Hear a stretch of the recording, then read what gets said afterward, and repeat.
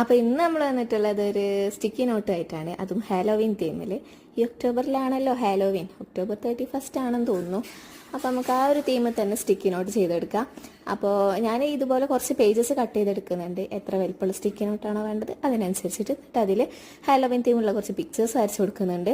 എന്നിട്ട് അതിൻ്റെയൊക്കെ ബാക്കിൽ ഞാൻ ഒരു ഫെവി സ്റ്റിക്ക് വെച്ചിട്ട് ഒന്ന് ഗ്ലൂ തേച്ച് കൊടുക്കുന്നുണ്ട്. അത് ഡ്രൈ ആക്കി എടുക്കണം കേട്ടോ. എന്നിട്ട് സാധാ നമ്മൾ മെമോ പാഡ്സ് ചെയ്തെടുക്കുന്ന പോലെ ഇത് ഉണങ്ങിയതിന് ശേഷം ഇത് ഒരുമിച്ച് വെച്ചിട്ട് മേൽഭാഗത്ത് ഫെവിക്കോൾ തേച്ചിട്ട് ഡ്രൈ ആക്കി എടുക്കണം. പിന്നെ ഇത് സ്റ്റിക്കി നോട്ട് യൂസ് ചെയ്യുമ്പോൾ നമ്മൾ അതിൽ എഴുതിയിട്ട് ഈ സ്റ്റിക്കായി നിൽക്കണമല്ലോ. അപ്പോൾ അതിന് വേണ്ടിയിട്ടാണ് നമ്മൾ ആദ്യം ഫെവി സ്റ്റിക്ക് വെച്ചിട്ട് അതിൻ്റെ ഗ്ലൂ ചെയ്തെടുത്തിട്ടുള്ളത് ബാക്കിൽ. എന്നിട്ട് അത് വെള്ളം വെച്ചിട്ട് ആക്ടിവേറ്റ് ചെയ്യാം.